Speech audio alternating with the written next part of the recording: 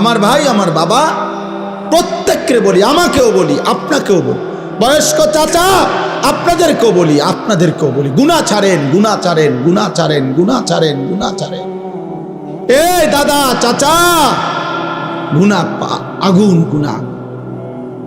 চা দোকানের আড্ডা বন্ধ করেন, নাটক সিনেমা দেখা বন্ধ করেন, টেলিভিশনের নর্তকী দেখা বন্ধ করেন, কথায় কথায় গালিগালাজ করা বন্ধ করেন, সুদের টাকা বন্ধ করেন, আব্বা কিস্তি লওয়া বন্ধ করেন।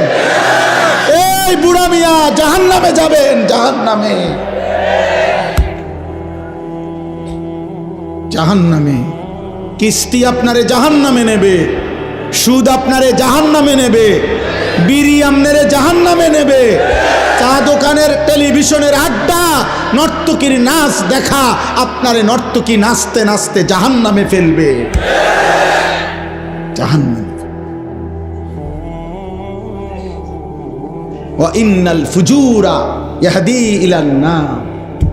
আল্লাহর নবী বলেন, প্রতিটা পাপ তোমাদেরকে জাহান্নামের দিকে নিয়ে যাবে, আগুনের দিকে। কিসের দিকে বলেন না?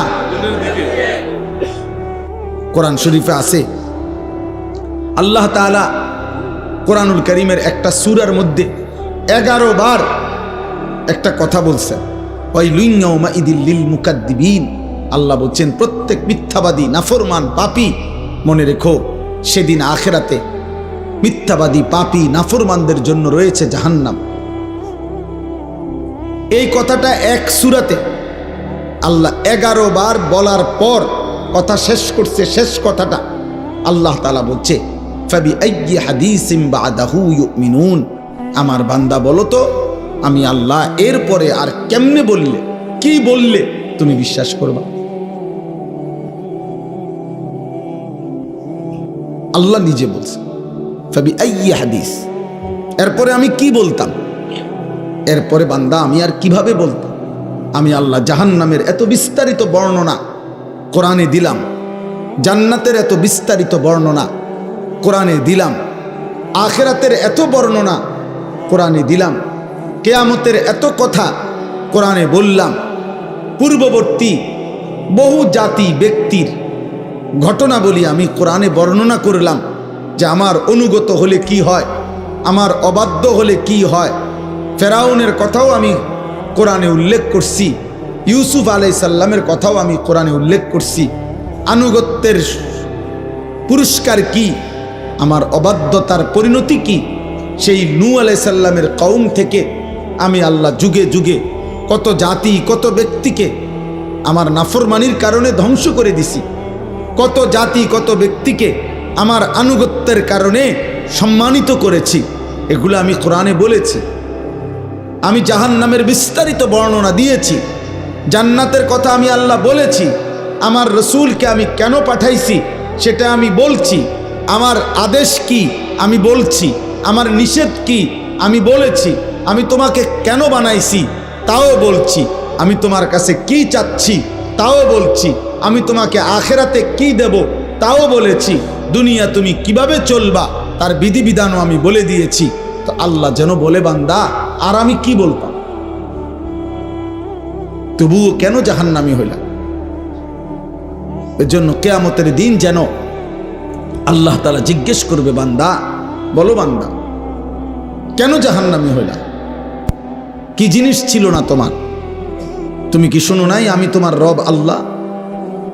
তুমি কি শুনো নাই তোমার নবী মুহাম্মদুর রাসূলুল্লাহ সাল্লাল্লাহু আলাইহি ওয়াসাল্লাম? তুমি কি শুনো নাই তোমার কিতাব কোরআন?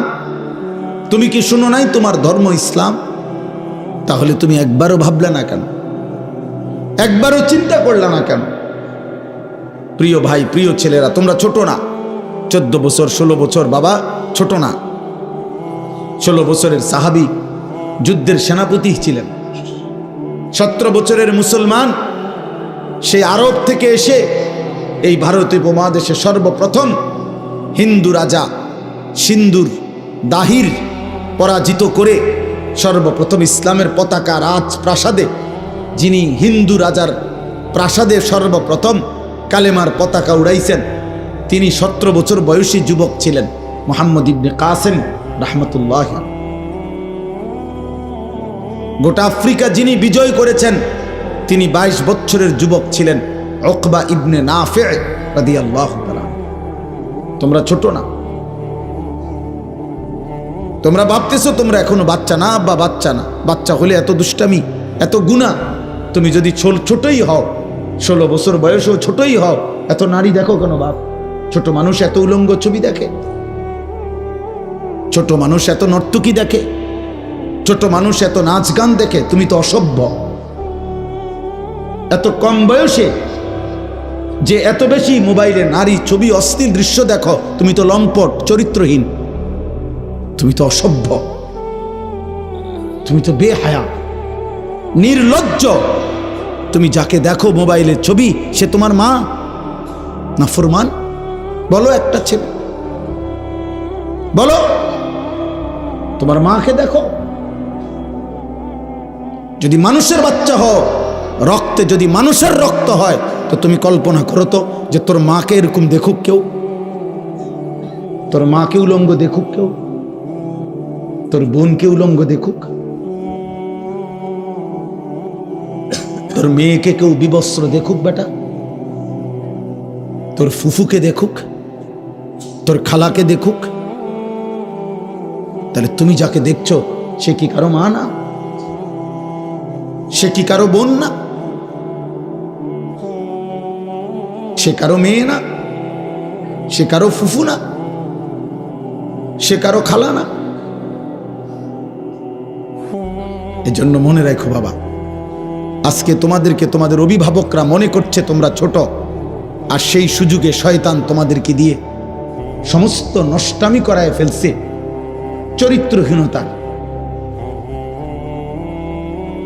চরিত্রহীনতার জেনার, ব্যভিচার, নারী ছবি, অশ্লীলতা, বেহায়াপনা। গত 2 দিন আগেও পত্রিকা আসছে বাংলাদেশে গত 1 বছরে, গত 10 বছরের চাইতে বেশি, আমি নিজে পড়ছি রিপোর্ট, এইডস আক্রান্ত, মানে যৌন রোগে আক্রান্ত মারাত্মক যেটা মহামারী, HIV আক্রান্ত রোগীর সংখ্যা গত 10 বছরের চাইতে গত 1 বছরে বেড়ে গেছে। এবং উনি লিখছেন যে এর একটি বড় অংশ, রিপোর্টার লিখছেন, বিভিন্ন হসপিটালের জরিপ হিসাব করছেন, এই হসপিটালে চিকিৎসাধীন কয়জন, এর মধ্যে উনি লিখছেন বড় অংশ কিশোর, যুবকও না, কিশোর।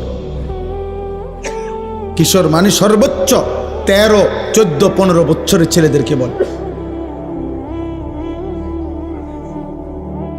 যারা এই পরিমাণ অসভ্যতা করছে যে পৌঁছে গেছে এখন মহামারীতে, এইডসে আক্রান্ত। এজন্য দোস্ত, একদিন ঘুম ভাঙবে, একদিন তুমি জাগবে। পৃথিবী তোমার অপেক্ষায় বসে থাকবে না। তোমার দাদা তোমার সাথে মরবে না, তোমার আগে মরে যাবে। তোমার আব্বা তোমার সাথে মরবে না। ওই যে দেখেন, ওই বেয়াদব দেখেন, ওই 2 বেয়াদব চুরি করে, মানে এমন গাদ্দার, যে গাদ্দারের কথা হইল আমি শুনবো না, তোমার মতো হুজুর না, তোমার আব্বা বললেও আমি শুনবো না, আমি ছবি উঠাও। আরে বেয়াদব, উঠে গেলে ভালো। এত রাত হয়েছে, ঘুমায় যাও বাবা, অথবা গিয়ে বাইরে অন্য ছবি দেখো।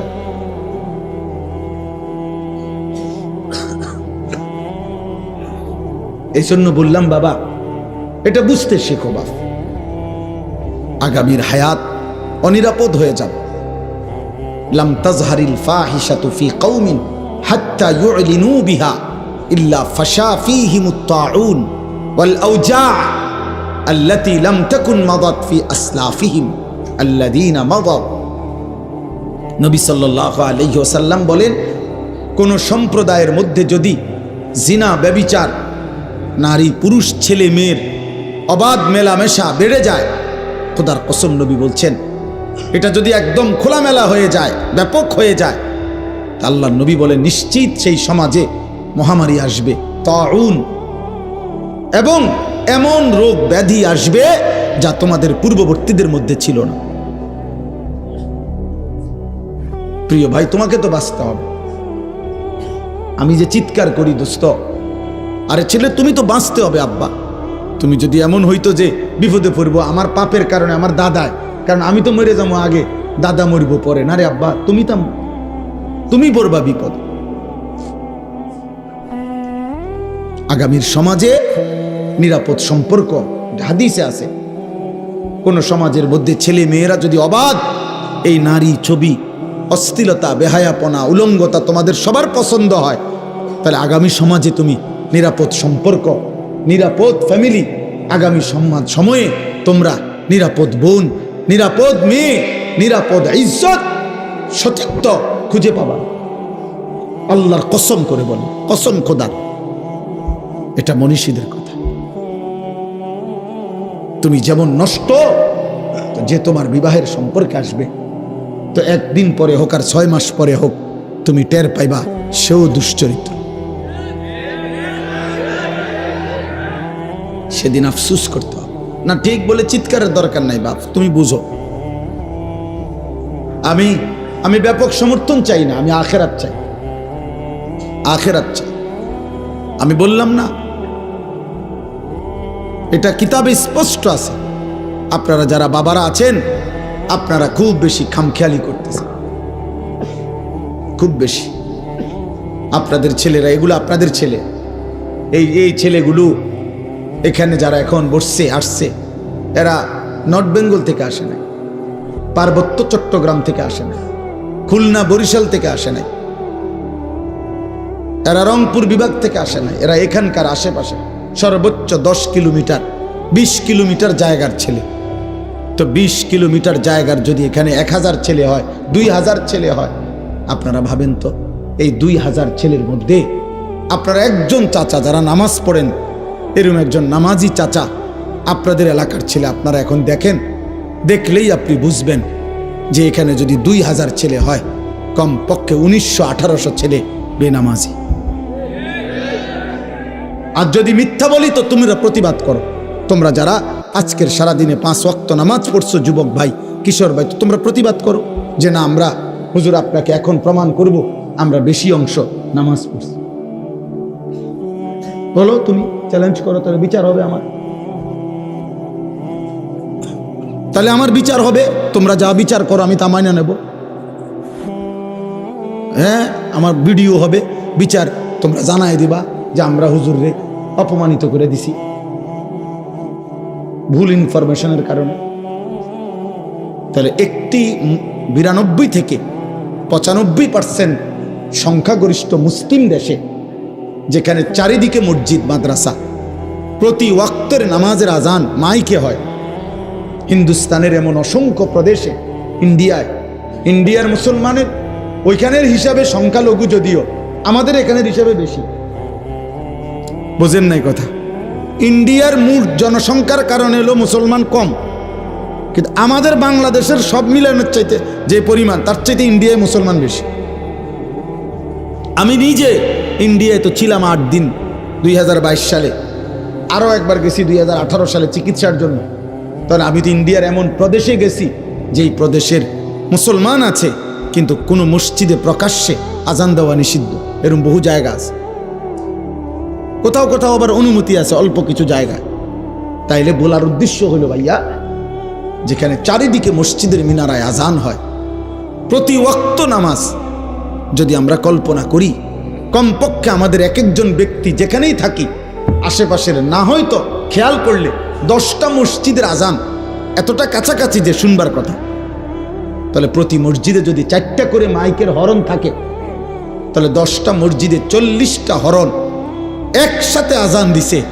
তুই নাফরমানের কলিজার মধ্যে, তুই এত বড় নিকৃষ্ট পাষাণ বেয়াদব, এত বড় বেয়াদব, তুই বেয়াদবের কলিজার ভিতরে এতগুলো হরনের মাইকের আজান, 100টা কলিজাটা কিন্তু নাড়াইতে পারে না।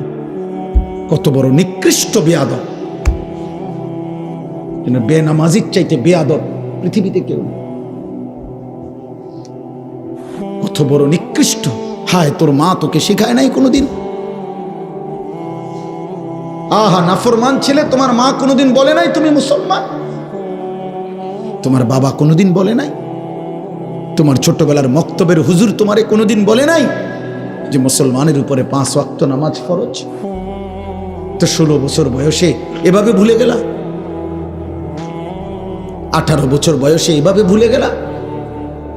তো মাত্র এত কম বয়সে যদি আল্লাহকে এভাবে ভুলে যাও, 24 ঘন্টার মধ্যে একটা সেজদাও দিলা না যেই নাফরমান ছিল, তো আল্লাহকে যদি এভাবে বিদায় দাও, আরে নাফরমান, আগামী 60 বছর তোর যদি হায়াত হয় আর এভাবে বেনামাজি জিন্দেগি চলে, তো আগামীতে তুই দাজ্জাল হবি, দাজ্জাল। তুই তো হবি দাজ্জাল।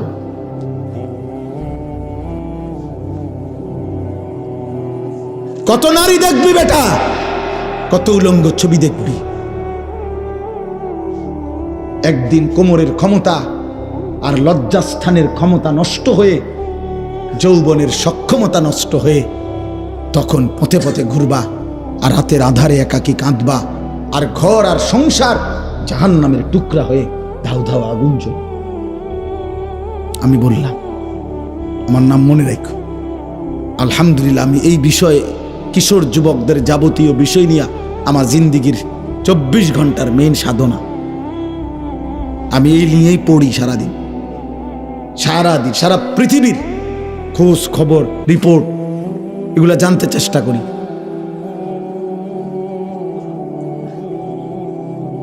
ওইখানে লিখছে, ওই কথাটা শেষ করছিলাম না, এই রিপোর্টে বলছে এরপরে, তাহলে বললাম যে বেশি অংশ কিশোর।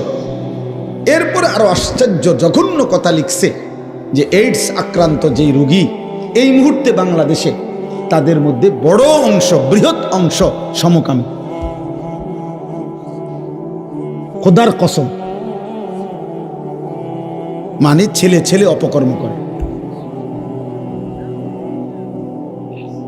তার মানে এই কুত্তা নারী দেখতে দেখতে, মোবাইলে অশ্লীল ছবি দেখতে দেখতে 24 ঘন্টা এটা কুত্তার মতো হয়ে গেছে। এই জন্য এই কুত্তার দেরি করা সহ্য নাই, যেখানে যা পাচ্ছে ডানে বামে সব শেষ করে দিচ্ছে।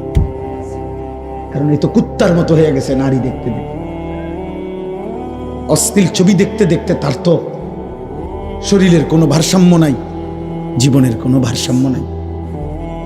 ওর মা কিসের আর বাবা কিসের? ওর তো দরকার যৌন চাহিদা পূরণ। ওর আবার ইজ্জত কি, সম্মান কি?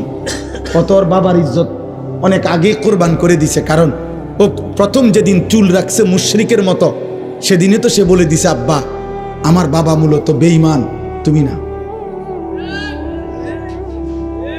প্রথম যেদিন 5 ওয়াক্ত নামাজ একদিন পুরা ছেড়ে দিছে, সেদিনে তাই নাফরমান তার মাকে বলে দিছে, মা আমি মুসলমানের সন্তান না,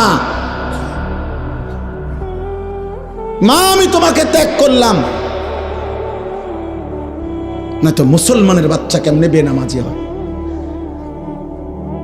মুসলমানের রক্তে কেমনে এক বেলা নামাজ না পড়ে একটা সেজদাও দিবে না? এত বড় জানোয়ার মুসলমানের ঘরে নলে ঘুমায় কেমনে? বলো মিয়া, এটা মেনে নেই কেমনে? এই কলিজায় মানি কেমনে? যদি কোনো দুনিয়ার মানুষ যদি বলে, বেটা আজকের 24টা ঘন্টা তোদের ভাত মাছ, তোদের ঘর সংসারের জন্য আমি সারাটা সময় শেষ করলাম, আর বিনিময়ে তুই আমার প্রতি একটা কৃতজ্ঞতা, একটা থ্যাংক ইউ দিলি না, তুই মানুষের বাচ্চা নি রে। দুনিয়ার মানুষ বলবে না এরকম? আমি যদি ওনার জন্য আজকের 24টা ঘন্টা আমি ওনার লেগে মনে করেন পরিশ্রম করলাম, বিনিময়ে ওনার মুখে আমি হাসি ফুটাই দিলাম, আর এই নাফরমান লোকটা যদি আমার উপকার থেকে উপকৃত হয়ে আরেক দিকে ফিরে জায়গা, আমার কলজাটার মধ্যে মানব নি এটা? যে কিরে তুই মানুষের বাচ্চা নি, তুই লাগে আমি 24টা ঘন্টা এত কষ্ট করলাম, তুই কি তারে করলি? তুই তো আমার একটা হাসি মুখে বিদায়ও দিলি না, ভদ্রতাও দেখাইলি না। তো মহান আল্লাহ পাক 24 ঘন্টা পরে যেন বলে, এই নাফরমান বান্দা, আজকের এই 24টা ঘন্টায় এত বড় আসমান জমিন, চন্দ্র সূর্য, আলো বাতাস, রোদ বৃষ্টি, খাদ্য খাবার, চোখ নাক কান নিঃশ্বাস, হৃদয়ের স্পন্দন আমি দিয়ে তোকে আমি এত 24টা ঘন্টা লালন পালন করলাম, তোরে আমি আদর করলাম, আমি রব, আমি মালিক, তুই আমারে একটা সেজদা দিলি না? তুই মানুষের বাচ্চা। এই জন্য যদি মুসলমান মায়ের ঘরে জন্ম নাও, তো এখন আর রাতে গিয়ে ঘুমায়ও না, আজকের রাতে সেজদা দাও। যদি মায়ের পবিত্র রক্ত, পবিত্র দুধ পান করে থাকো, বুঝছো মিয়া? জীবন জানোয়ারেরও পার হয়, রাত কুত্তারও ভোর হয়, রাত শুকরেরও ভোর হয়, দিন কুত্তারও সন্ধ্যা হয়, সারা দিনের খাবারের চাহিদা জানোয়ারেরও পূরণ হয়, ঘুমের চাহিদা জানোয়ারেরও পূরণ হয়, থাকার ব্যবস্থাপনা কুত্তাও কোনো জায়গায় বারান্দার মধ্যে রাস্তার কোনো কিনারায় শুয়েই থাকে, একখানে না একখানে পার হয়ে যায়। জীবন একভাবে না একভাবে পার হয়েই যায় আব্বা, আখেরাত পার হবে না বাপ, আখেরাত পার হবে না আব্বা। অস্থিরতার কারণে আমরা বললাম, কষ্ট পাইবা, হাসলে কিংবা কাঁদলে, সুখে কিংবা দুঃখে মৃত্যু হয়ে যাবে, মরেই যাব আমরা, আজ কিংবা কাল। নাম ঘোষণা হবেই, মাইকে এলান হবেই, আজ সে মরল, আগামীকাল আমি মরলাম, এমন আর কি। আমরা কিতাবে পড়ছি, এক বুজুর্গ এক আল্লাহর ওলির একজন মুরিদের সাথে নিয়ে উনি দাঁড়ায়া ছিলেন রাস্তার পাশে। তো এই সময় একটা লাশের খাটিয়া নিয়া ওইখান দিয়া মানুষ যাচ্ছিল। তো ওনার মুরিদ ওনার পিসা হুজুরের সামনে বলতেছিল, ওই আল্লাহওয়ালার সামনে, যে ইন্না লিল্লাহি ওয়া ইন্না ইলাইহি রাজিউন। আহারে কার জানি লাশ, আহারে কার জানি জানাজা, সে বলছিল আর কি। তখন আমরা কিতাবে পড়ছি, ওই বুজুর্গ সাথে সাথে চোখের পানি ফেলে দিয়ে বলছে, হয় তোমার লাশ নয় আমার লাশ। মানে এটা ভাবো, আজ হয়তো তার লাশ, আগামী দিন আমার লাশ, তারপর দিন তোমার লাশ। সিরিয়াল আসবে, নাম ঘোষণা হবেই, আজ না হয় কাল। প্রতিদিন প্রিয় ভাই, প্রিয় ছেলে, প্রিয় বাবা, প্রতিদিন তোমার বয়সী যুবক মৃত্যুবরণ করে।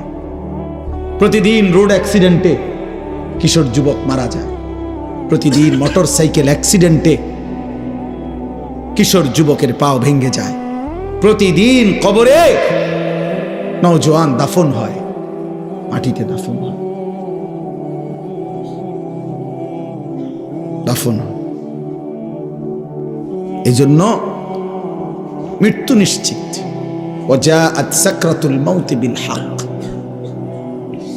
আল্লাহ বলে, বান্দা মনে রেখো, সত্য সত্য মৃত্যুর যন্ত্রণা আসবে। ফালাউলা ইযা বালাগাতিল হুলকুম ওয়া আনতুম হিনাইযিন তানদুরুন ওয়া নাহনু আকরাবু ইলাইহি মিনকুম ওয়ালাকিন লা তুবসিরুন।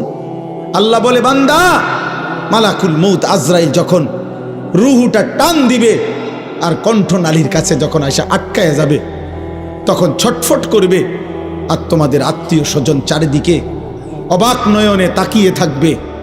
আমি আল্লাহ তখন সেখানেই থাকব।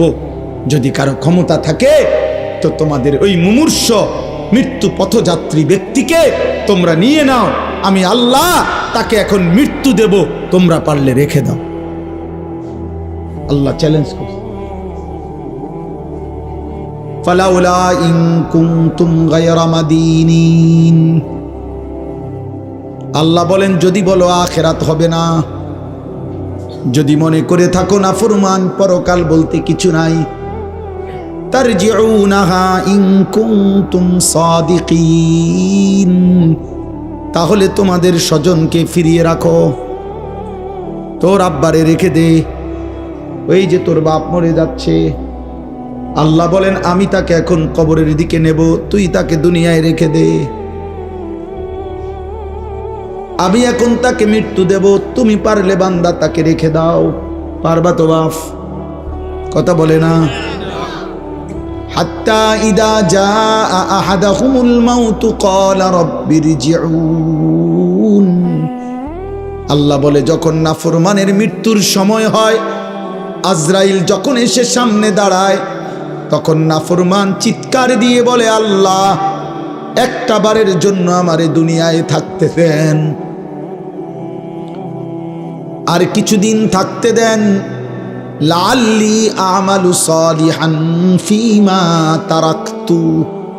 যে আমলগুলো আল্লাহ ইতিপূর্বে করি নাই, সবগুলো নেক আমল এবার যদি থাকতে পারি করব।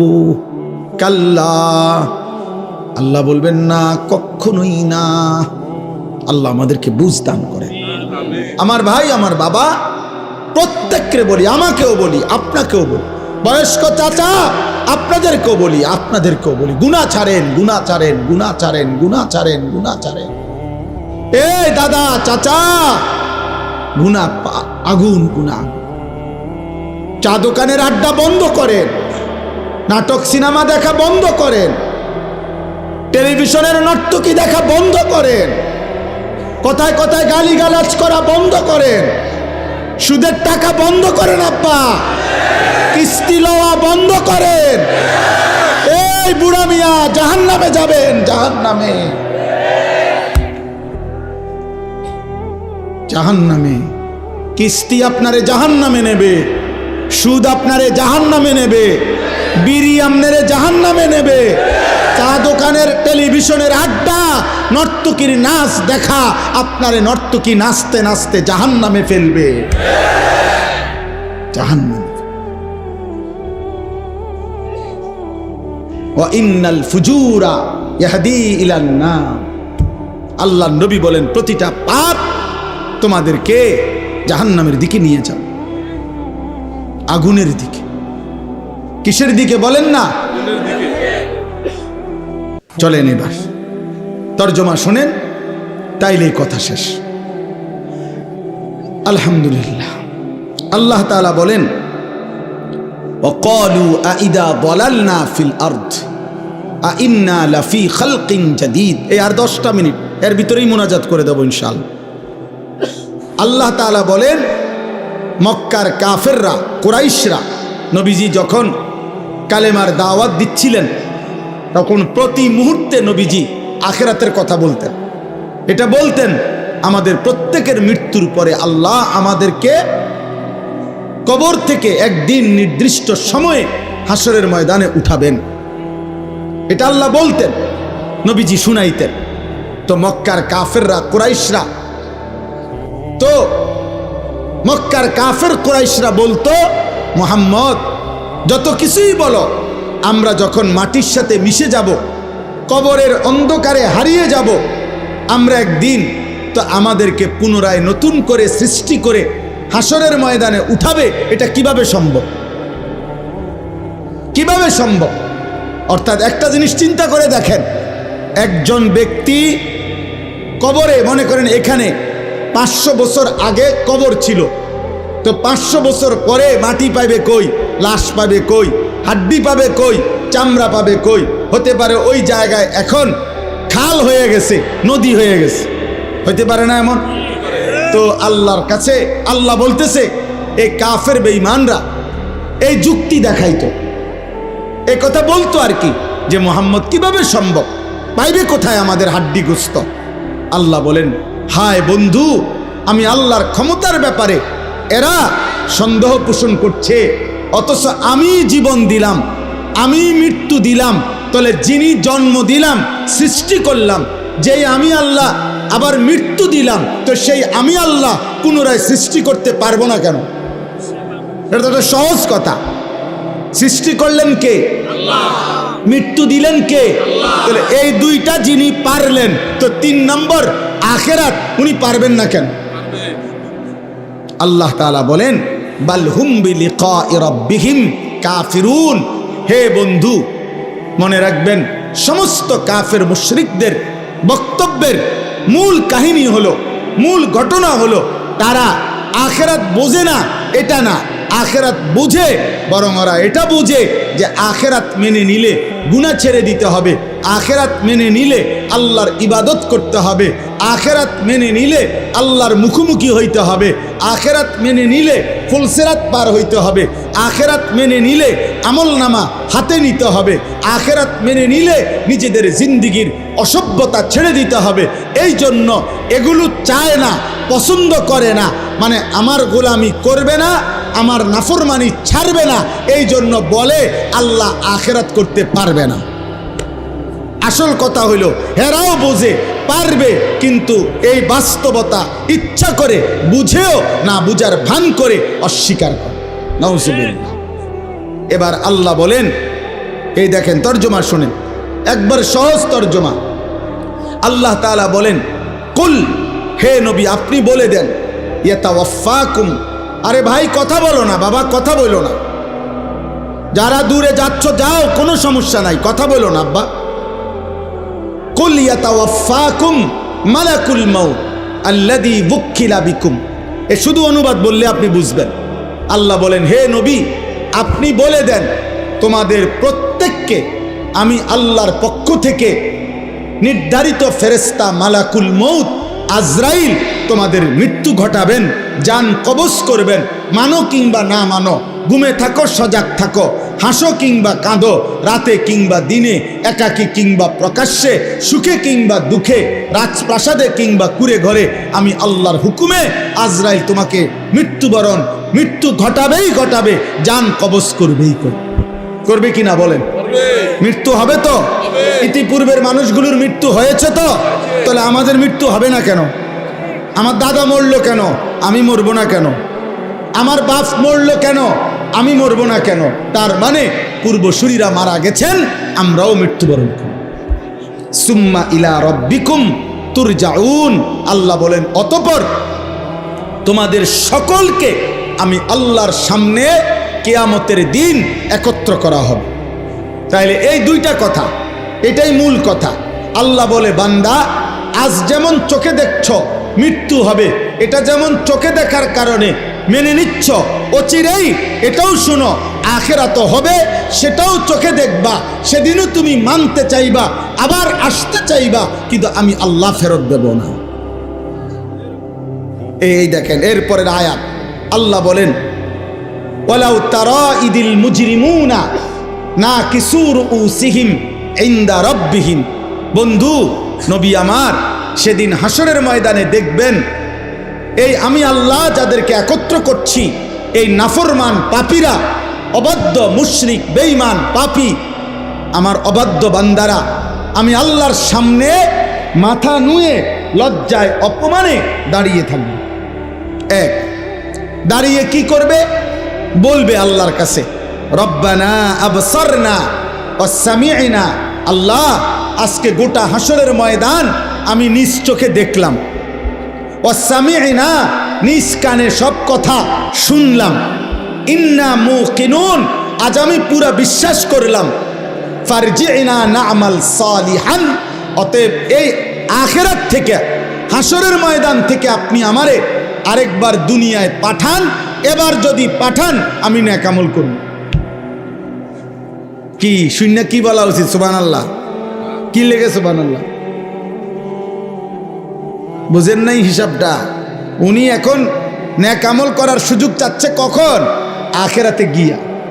বলতেছে আজ, ওই যে আমি বললাম আজ আমরা মৃত্যু দেখি, এজন্য মৃত্যুর ব্যাপারে ইয়াকিন আমাদের, সেদিন আখিরাতও আমরা দেখব, হাসরের ময়দানও আমরা দেখব, হাসরের মাঠও আমরা দেখব।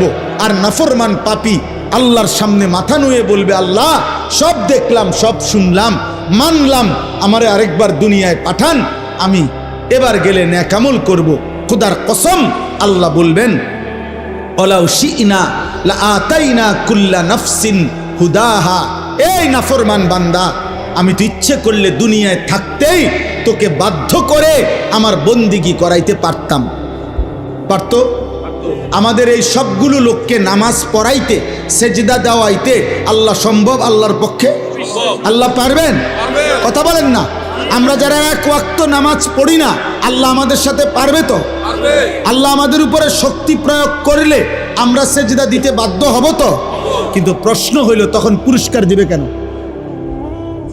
যদি বাধ্যই করে, যদি আল্লাহই বল প্রয়োগ করাইয়া আমার সেজদাই করায়, তো পুরস্কার কিসের আবার? এইটা হলো মূল। আমি যদি এখন এই লাইটটাকে বলি, হে লাইট, এ আজকের মাহফিলে তুমি 6 ঘন্টা ধরে নীরবে সুন্দরভাবে জ্বলে থাকার কারণে তোমাকে 100 টাকা গিফট করলাম, তো লাইট কি বলবে? জি না, এটা আমার কৃতিত্ব কি? এটা সুইচওয়ালার হাতে সব। ওই বন্ধ করে দিলে আমি বন্ধ, ওই জ্বালায় রাখলে আমি জ্বালাইয়া রাখে, তো এখানে আমার ক্রেডিট কি? আমার কীর্তন পুরস্কার দিবে? পৃথিবীর কেউ এই জন্য লাইটকে পুরস্কার দিবে না। চাইলে আল্লাহ যদি আমাদেরকে জবরদস্তি করে বাধ্য করাইয়া বন্দিগি করায়, আজকে যারা যারা আমরা নামাজ পড়ি নাই, মনে করেন ভাই আমরা ঘুমের সময় যদি ফেরেশতা একটা থাপ্পড় মারে, একটা চটকনা ঠানা চটকনা মারে যে ওঠ একটা সেজদা দে, এক থাপ্পড়ে তো তার 14 গোষ্ঠী আর কোনোদিন নামাজ ছাড়বে না। ফেরেশতার শক্তি তো অসম্ভব। এই জন্য বললাম, তা আল্লাহ বলেন আমি চাইলে তো পারতাম বান্দা, জোর করে তো তোমারে বন্দিগি করাইতে পারতাম, কিন্তু তখন আমি পুরস্কার দেব কেন? তখন আমি পুরস্কার দেব কেন? এই জন্য আল্লাহ বলেন আমি তো সেদিন দুনিয়ায় কোরআনের মাধ্যমে, নবী রাসূলের মাধ্যমে, আমার ওয়াহির মাধ্যমে, কত লক্ষ উলামায়ে কেরামের মাধ্যমে, কত ওয়াজ, কত মাহফিল, কত জুমার বয়ান, কত চোখের পানির বিনিময়ে আমি তোমার কাছে কথা পৌঁছাইছিলাম যে বান্দা আমারে না দেখে, আখিরাত না দেখে তুমি আজকে দুনিয়ায় আমার গোলামি করো, বন্দিগি করো। আজকে আখিরাতে আমি ইচ্ছে করেছিলাম, চেয়েছিলাম তুমি দুনিয়ায় আমারে সেজদা করবা, আজ আমি আখিরাতে নিজ হাতে তোমার হাতে পুরস্কার তুলে দেব। কিন্তু তুমি আমার কথার কদর করলা না, তুমি আমার কথা পাত্তা দিলা না। ওয়ালাকিন হাক্কাল কাউলু মিন্নি লাআমলা আন্না জাহান্নামা মিনাল জিন্নাতি ওয়ান নাসি আজমাইন।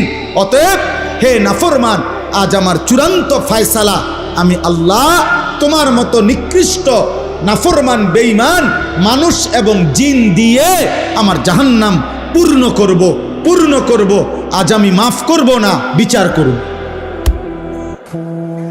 সেদিন আমি দুনিয়ায় মাফ করতে চেয়েছিলাম, আল্লাহ এখন আমাদেরকে মাফ করবে এ কথা বলছি কিনা? কথা বলেন না কেন?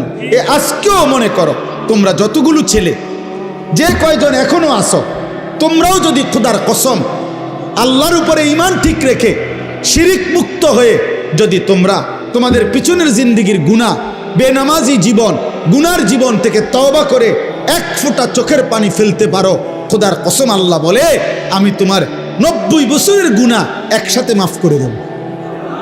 আসমান পরিমাণ গুনাহ মাফ করে দেব, পাহাড় পরিমাণ গুনাহ মাফ করে দেব, সমুদ্রের ফেনা পরিমাণ গুনাহ মাফ করে দেব। তো আল্লাহ তো এখন মাফ করতে রাজি কিনা? বলে না? আমরা আপনাদেরকে বলছি কিনা? কোরআন বলছে কিনা? নবীজি শুনাইছে কিনা? তো এত কিছুই আপনাদের কলজা লড়াইতে পারলো না। আল্লাহ বলেন সেদিন আমি বলছিলাম তো বান্দা, কিন্তু আজ আমি হাসরের ময়দানে মাফ করব না। আজ তো বিচারের দিন, আজ যার যা প্রাপ্য তাই পাবা, যার যা প্রাপ্য তাই পাবা। আজকে হিসাবে জান্নাত আসলে জান্নাত, হিসাবে জাহান্নাম আসলে জাহান্নাম। আজ ওজনে যা আসে তাই, আজ কোনো কথা নাই, আজ কোনো কথা নাই।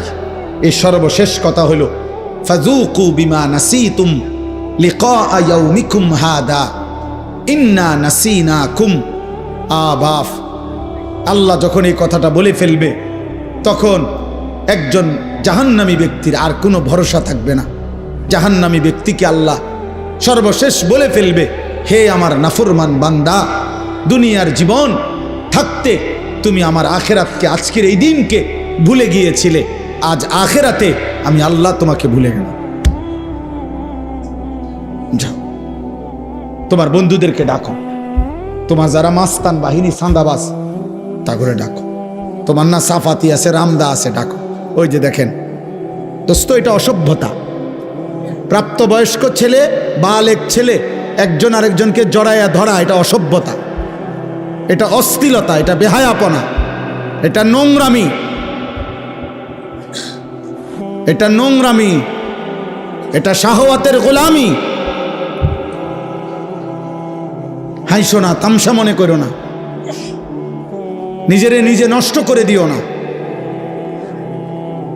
আমি বললাম কমপক্ষে 15 বছর থেকে 14-এর পরে 15 বছর বয়স যখন ছেলেটার হয়, তখন সে বালেগ হয়, তার বীর্যপাত হয় যে কোনো সময়, তখন সে প্রাপ্তবয়স্ক, তার উপরে গোসল ফরজ হয়, তখন তার ভিতরে যৌন চাহিদা পূর্ণ থাকে।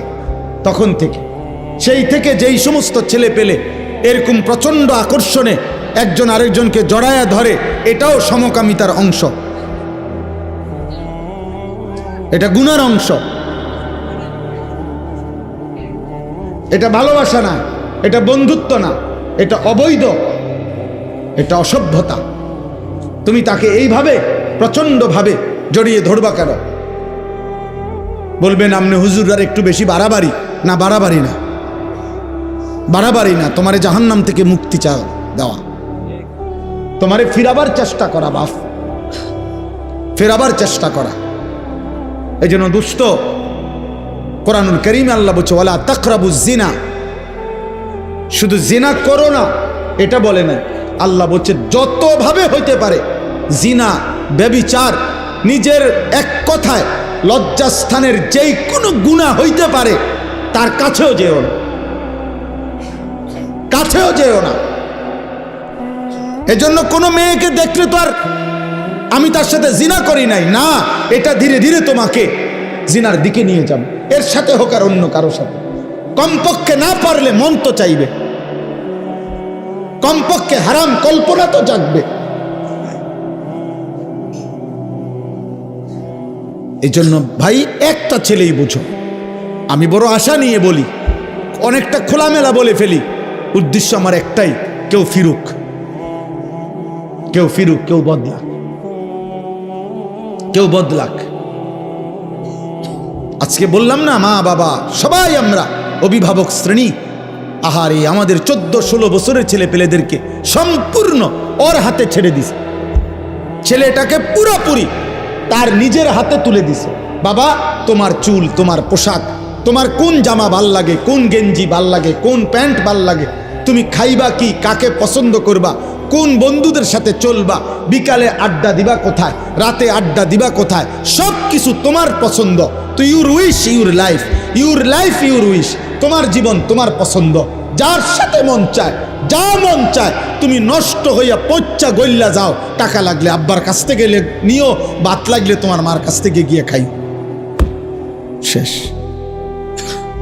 পেটে বুক লাগলে মায়ের রান্না করে রাখছে, আইসো ভাত খাইয়া যাইও। টাকা লাগলে তুমি সত্য বললা পারো, মিথ্যা বললা পারো, আমি আব্বার থেকে টাকা নিয়ে যাও, খালাস।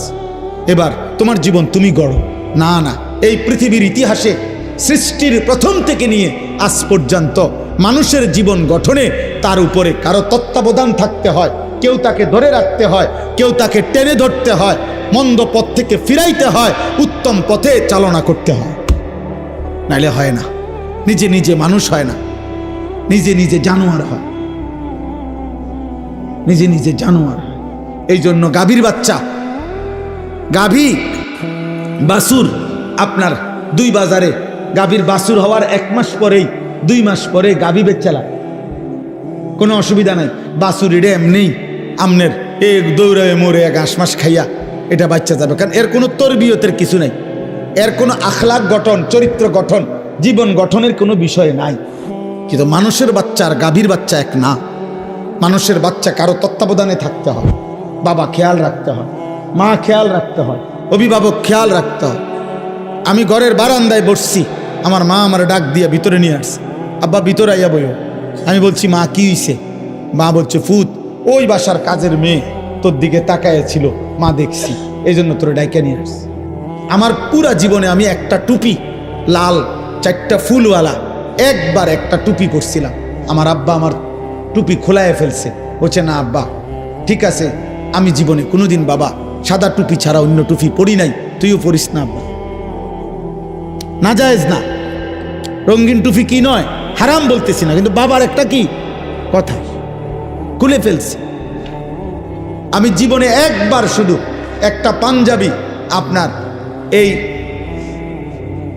বুতামের কাছে এমব্রয়ডারি করা এদিক দিয়া রেডিমেড একটা পাঞ্জাবি কিনছিলাম। আমার বড় ভাই প্রথম যে বেলা পড়ছি, বড় ভাই দেখেই আমার গায়ের থেকে ধৈর্য, গায়ে পড়া অবস্থায় টান দিয়া সিরা টুকরা টুকরা করে ফেলা গেছে। কেউ ধরে রাখতে হয় বাপ, কেউ ধরে রাখতে। আজ তোমাদেরকে ছেড়ে দিছে বাবা, যে আব্বা ধর, তোর 12,000 টাকার মোবাইলের কাছে তোকে তুলে দিলাম, তোর 16,000 টাকার মোবাইলের হাতে তুলে দিলাম, তোর জীবন তোর হাতে। যার কারণে বদনসিব সন্তান আর কোনোভাবেই আল্লাহও চেনে না, আখেরাতও চেনে না, ডানও চেনে না, বামও চেনে না, কর্তব্যও চেনে না, করণীয় বুঝে না, কি খায় কি করে কার মতো চুল রাখে বলতেও পারতো না। বাস্তবতা এটা, মানে তার তো কোনো অভিভাবক নাই। কে তার চুল ঠিক করে দিবে? কে তার চেহারা ঠিক করে দিবে? কে তাকে বুঝায় দিবে যে দাড়ি লম্বা করো? কে তাকে বুঝায় দিবে মুছ ছোট করো? কে তাকে বুঝায় দিবে টয়লেট পেপার ব্যবহার করো? আমি তো আলহামদুলিল্লাহ আমার 9 বছরের বাচ্চাকেও এখনো বলি, আব্বু টয়লেট পেপার নিছো কিনা? ওরে বারবার মনে করাই দিছি। ফজরের নামাজে আলহামদুলিল্লাহ এমনি বুঝাচ্ছি, দাঁড়ায় থাকি তো ছেলে আমার উঠলে বাপ্পু তজু করে তো মসজিদের জামাতে যাইতে চেষ্টা করি। এটা আমার জিম্মাদারি। আপনাদেরকে কিছু বলা, এটা যদি আমার দায়িত্ব হয়, আমার সন্তানকে ঈমান আমল শিখানো, আমার বিবির ঈমান আমলের দিকে নজর রাখা, আমার মেয়ের ঈমান আমলের দিকে নজর রাখা, খোদার কসম এটা আমার আপনাদের চাইতে বেশি দায়িত্ব। আপনাদেরকে বলা এটার চাইতে ওইটা আমার কি বেশি দায়িত্ব। অতএব শেষ কথা এটাই, আযুকু আযাবাল খুলদি বিমা কুনতুম তা'মালুন। আল্লাহ বলে, বান্দা সেদিন তুমি আমাকে ভুলে গেছিলে, আজ আখিরাতে আমি তোমাকে ভুলে গেলাম। অতএব অনন্তকালের জন্য আযাবাল খুলদ, খুলদ মানে অনন্তকাল, অনন্তকালের জন্য তুমি তোমার মন্দ কর্ম নাফরমানির বদলায় জাহান্নামের আযাব ভোগ করতে থাকো। যাহ নাফর, আজ তোকে আমি চিনি না, যা এবার তোর কোন বাপ থাকলে তুই বল গিয়া তোর বাপের সুপারিশ করতে, যা তোকে জাহান্নাম থেকে বাঁচাই। আল্লাহ যদি কারো জাহান্নামের ফয়সালা দেয় তাকে ফিরাবে কে? নবী তো সুপারিশ করবে, নবী ফয়সালা দেবে না। আপনি না বুঝলে আবার জিগায়েন বালা হুজুরে, বুঝের হুজুরে জিজ্ঞাসা করে, বুঝমান আলেম কি? নবী সাল্লাল্লাহু আলাইহি সাল্লাম সুপারিশ করবে। সুপারিশ মানে ফয়সালা, সুপারিশ মানে আবেদন, আবেদন। দরখাস্ত মানে ফয়সালা। দরখাস্ত কারো কাছে দিতে হয়, অন্য কেউ এটা কি করে? মঞ্জুর করে। তো নবী তো সুপারিশ করবেন, ফয়সালা দেবে কে? আল্লাহ, আল্লাহ, আল্লাহ। এই জন্য নবীজিকে আল্লাহ বলছে, বন্ধু এ পরিমাণ আমি জাহান্নাম থেকে মুক্তি দেব, আপনার উম্মত জান্নাতে আমি এত বেশি পরিমাণ দেব, আপনার মুখে হাসি ফুটবে, আপনারে খুশি করাবো, আপনারে নারাজ করব না। আল্লাহ আমাদের প্রত্যেককে ঈমান আমল দান করেন। আল্লাহ আমাদের প্রতিটা সন্তানকে কবুল করেন। এই মাদ্রাসা আল্লাহ কবুল করেন, এই এতিমখানা আল্লাহ কবুল করেন। এই মাদ্রাসা আল্লাহ সরকারি মাদ্রাসা, এখন দাখিল না আলিম, দাখিল মাদ্রাসা আল্লাহ কবুল করে নেন। আলহামদুলিল্লাহ আমার ভাই হাফিজ ইয়াসিন ভাই, মৌলানা ইয়াসিন ভাই দীর্ঘদিন যাবত এই মাদ্রাসা হেফজখানা নিয়ে মেহনত করছে। আলহামদুলিল্লাহ সেই নাসির ভাই যখন আমার কাছে গেছিলেন, বলছিলেন, সেই থেকে নিয়ে নিয়মিত আমরাও মাঝে মধ্যে যখনই সুযোগ পাই আসতে চেষ্টা করি। আজকেও সেই সূত্রে আসলাম। আমরা আপনাদেরকে ভালোবাসি, আপনারাও আমাদেরকে মহব্বত করেন, আমরা জানি। প্রিয় যুবক ভাই, নওজোয়ান ভাই, সবার কাছে বলি, আব্বা এমন সুন্দর জীবন নষ্ট করো না। এই পৃথিবীতে চরিত্রহীনতায় মৃত্যু হইলে নারী, ছবি, জিনা, ব্যভিচার, মদ, জুয়া, অসৎ চরিত্র নিয়ে দোস্ত মৃত্যু হলে খোদার কসম আব্বা তোকে কেউ মনে রাখবে না, তোরে কেউ মনে রাখবে না বাপ। কোন নাফরমানকে পৃথিবী মনে রাখে না রে বাপ। কোন পাপীকে পৃথিবী সম্মানের সাথে স্মরণ করে না। ফেরাউনের নামে পৃথিবীর কোন কুত্তার নামও নাই, নমরুদের নামে পৃথিবীর কোন কুত্তার নামও নাই। কিন্তু যখন জীবিত ছিল তখন তো দুনিয়া ভোগ করছে, করছে না? ফেরাউন তো বাদশা ছিল, তো হে কি ভানি ভাত খাইছে? সে কি শুধু ডাল ভাত খাইছে? নমরুদ তো বাদশা ছিল। সবচেয়ে বেশি অঞ্চলের বাদশা এই পৃথিবীতে যে কয়জন, তার মধ্যে নমরুদ একজন। আবু জেহেলের নামে পৃথিবীর কোনো কুত্তার নামও নাই। কিন্তু সেদিন আবু জেহেল যেই সাহাবাদেরকে জুলুম করছে, ওই সাহাবাদের নামে পৃথিবীর কোটি কোটি ইমানদারের নাম আছে। উমাইয়া ইবনে খালফ যেই বেঈমান হযরত বেলালকে কষ্ট দিছে, তার নামে পৃথিবীর কোনো জানোয়ারের নামও নাই, কিন্তু বেলালের পবিত্র নাম কোটি কোটি ইমানদারের আছে। মুমিনের নাম থাকে। আমি একটা ছেলেকেই বললাম, একজনকে, তোমাকেই বলছি ভাই, আমি ভোটের আশায় না যে সবার ভোট দরকার, আমি ভোটের আশায় তো আসি নাই, আমি আসছি আখিরাতের আশা। এজন্য দয়া করে চলেন আজকের এই কালাচাঁদ কান্দি মাদ্রাসা এতিমখানার এই মুবারক মাহফিলে এই শেষ বেলায় আমরা দোয়া করি মালিকের কাছে। আর প্রত্যেকটা ভাই, যুবক, কিশোর, বয়স্ক বাবা নিজ নিজ ঈমান, আমল, আখিরাতের জন্য, গুনাহ ছেড়ে দেওয়ার জন্য আমরা দোয়া করি। ছেলেরা তুমি ফিকির করো, আল্লাহ বরকত দেবে ইনশাআল্লাহ। প্রতিদিন আমি আশার খবর বলি, প্রতিদিন এই গুনার রাজ্যে, গুনার এই সয়লাবের মধ্যেও প্রতিদিন উল্লেখযোগ্য পরিমাণ ছেলে পেলে, কিশোর, যুবক, মুসলিম প্রত্যেক দিন আলহামদুলিল্লাহ বাংলার জমিনে গুনাহ আর অসভ্যতা ছেড়ে দিয়ে আল্লাহর পথে ফিরতেছে আলহামদুলিল্লাহ। এমন ছেলের খবর যদি তোমার দরকার হয় আমার সাথে যোগাযোগ করো, আমি শোনাবো ইনশাআল্লাহ। আমি নাম দেব, ঠিকানা দেব, তুমি দেখে আইসো। যে ছিল চরিত্রহীন সে এখন ইমানদার, যে মেয়ে ছাড়া, নারী ছাড়া বুঝতো না, সে এখন পাক্কা তাহাজ্জুদের রাত গভীরে চোখের পানি ফেলে সেজদা। মনে করো না 2-4 জন ফালতু লোকের কারণে, 2-4 জন চরিত্রহীনের কারণে পৃথিবী, ইসলাম আটকায় যাবে। না বাস, ইসলাম আছে, ইসলাম থাকবে, আল্লাহর দিন থাকবে। আবু জেহেল সেদিন বিরোধিতা করছে, আবু জেহেল নাই, ইসলাম আছে। আবু লাহাব নাই, ইসলাম আছে, আছে না? এজন্য আমাদের কেউ যদি না মানি, এ কারণে ইসলাম ঠকবে না, দিন ঠকবে না, আল্লাহর কোরআন ঠকবে না। কে ঠকবে? আমরা, আমি ঠকব। আল্লাহ আমাদেরকে মাফ করে দেন। আমার জন্য দোয়া করবেন, আমার মাদ্রাসার জন্য দোয়া করবেন। আমার যে ছোট্ট মাদ্রাসা কুমিল্লা ক্যান্টনমেন্ট ময়নামতি সাহেবের বাজার, প্রতি মাসের 2য় শনিবার মাসিক ইসলাহি মাহফিল হয়। আগামী শনিবার 13ই ডিসেম্বর ইনশাআল্লাহ সকাল 10টা থেকে 12:30 পর্যন্ত মহিলাদের জন্য বয়ান হয়। আসর থেকে এশা পুরুষদের জন্য বয়ান হয়। ছেলেদেরও দাওয়াত দিলাম, বাবাদের কারো সুযোগ থাকলে যাওয়ার চেষ্টা করবেন। আমার একটা দোয়া চাই বিশেষভাবে।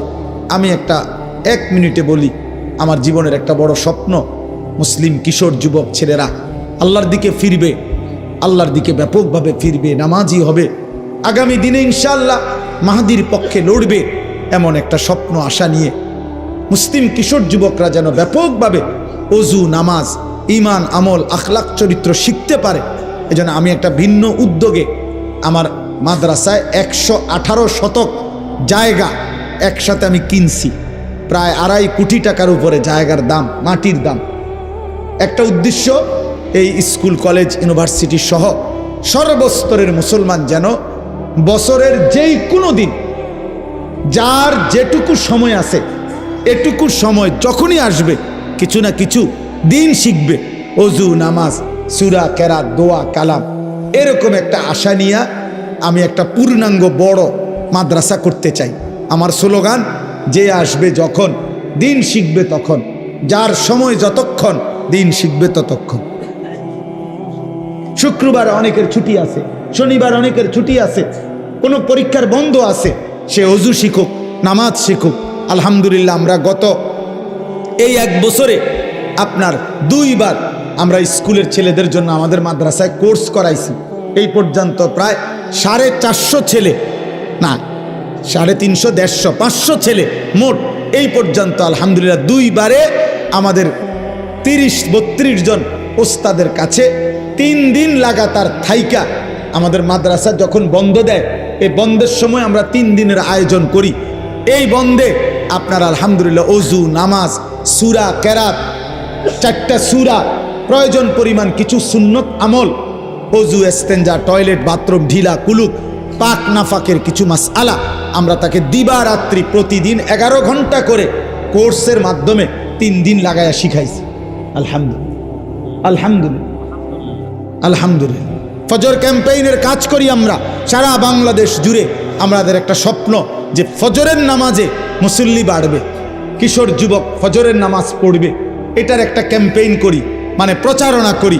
আলহামদুলিল্লাহ, যে একটা যুবক সিদ্ধান্ত নিবে যে সে নিজে ফজর পড়বে, আরও সাথীদেরকে, একজনকে সে ফজরের নামাজের জন্য ডাকবে। আমার একটা উদ্দেশ্য হলো এই যে আমি এটা দেখলাম, কি নাম, সমাজের জাগ্রত নাগরিক স্বজন, এ যারাই আয়োজন করেছেন, এটা আপনারা, আপনাদের কাছে আমার অনুরোধ, মানুষের কল্যাণ করতে হয় 2 ভাবে। এক হলো আর্থিক সেবামূলক কল্যাণ, আরেকটা হলো জীবন পরিবর্তন আখেরাতমূলক কল্যাণ। একটি মুসলিম সংগঠন যেই হোক যেখানে হোক, তাদের প্রথম দায়িত্ব হলো মুসলমানদের ঈমান আমল আখেরাতমুখী জীবন গঠনের কোনো না কোনো চেষ্টা করা। আর দ্বিতীয় দায়িত্ব হলো তাদেরকে সেবামূলক অসহায়, গরিব, এতিম, দুস্থ, বিপদগ্রস্ত, বন্যার্থ যেই কোনো ক্ষেত্রে তাদের পাশে দাঁড়ানো, আর্থিক সহযোগিতা করা, এটা একটা দায়িত্ব। আর জীবন পরিবর্তন একটা দায়িত্ব। এই জন্য এই ফজর ক্যাম্পেইনের কাজ আপনারা করতে পারেন। আলহামদুলিল্লাহ, যে একটা যুবক একজন যুবককে ডাকবে, তুমিও পড়বা, তুমি তোমার একজন বন্ধুকে ফজরের নামাজের জন্য উঠাইবা। এই তোমরা দুইজন হইলে তোমরা দুইজন আবার দুইজনকে বললে 4 জন হবে, 4 জন বললে 8 জন হবে, 8 জন বললে 16 জন হবে। এটা কোনো দল না, আগামী নির্বাচনে প্রার্থী হমু এমন কিছু না, শুধু আখেরাতের জন্য, নামাজের জন্য। এটা আমি অনুরোধ করলাম। আমার অনুরোধ, আমরা প্রত্যেকে আখেরাতমুখী ভালো কাজের সাথে অংশগ্রহণ করব ইনশাআল্লাহ। আমার ওই মাদ্রাসার এই বিশাল জায়গা, আলহামদুলিল্লাহ, এটার জন্য দোয়া করবেন। আর্থিকভাবে যদি কারো সুযোগ হয় সহযোগিতাও করবেন। এই 2.5 কোটি টাকার জায়গা অনেক আল্লাহর বান্দা সারা বাংলাদেশ থেকে যে যেমনে যেটুকু দিচ্ছে, আমরা সুদ করতেছি, প্রায় 1.5 কোটি টাকা সুদ হয়েছে, আরও বাকি আছে অনেক টাকা। 4200 টাকা এক মুসল্লা পরিমাণ, নামাজের জায়নামাজ পরিমাণ জমির মূল্য। এই টাকাটা আমরা একটা কাগজের মাধ্যমে প্রচার করি, যদি কেউ দেয় আমরা তাকে আমাদের মাদ্রাসার আজীবন উন্নয়ন সদস্য হিসেবে উনার নাম উঠাই। প্রতিটা দোয়ায় সাদকায়ে জারিয়ার সওয়াব হিসাবে উনি ইনশাআল্লাহ পাইতে থাকবে, কম বেশি আরও হইতে পারে। যে জন্য বললাম, আপনারা আমারে মহব্বত করে, আমিও আপনাদেরকে মহব্বত করি। আল্লাহ আপনাদের প্রত্যেককে ভালো কাজে, নেক কাজে অংশগ্রহণ করার তৌফিক দান করেন।